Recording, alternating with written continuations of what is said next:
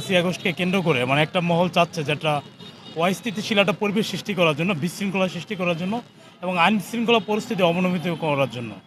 তারই ধারাবাহিকতায় আমাদের যে এখানে আমাদের জানেন যে আমাদের বোয়াপুর থানা সম্মানিত আমাদের অফিসার ইনচার্জ মহোদয়, আমাদের বোয়াপুরের যে আর্মির যে এখানে ক্যাম্প কমান্ডার আছেন তিনি সহ আমরা টোটাল একটা যৌথ বাহিনী এখানে আজকে আমরা এখানে একত্রিত হয়েছি এই পেট্রোলিংটা করার জন্য।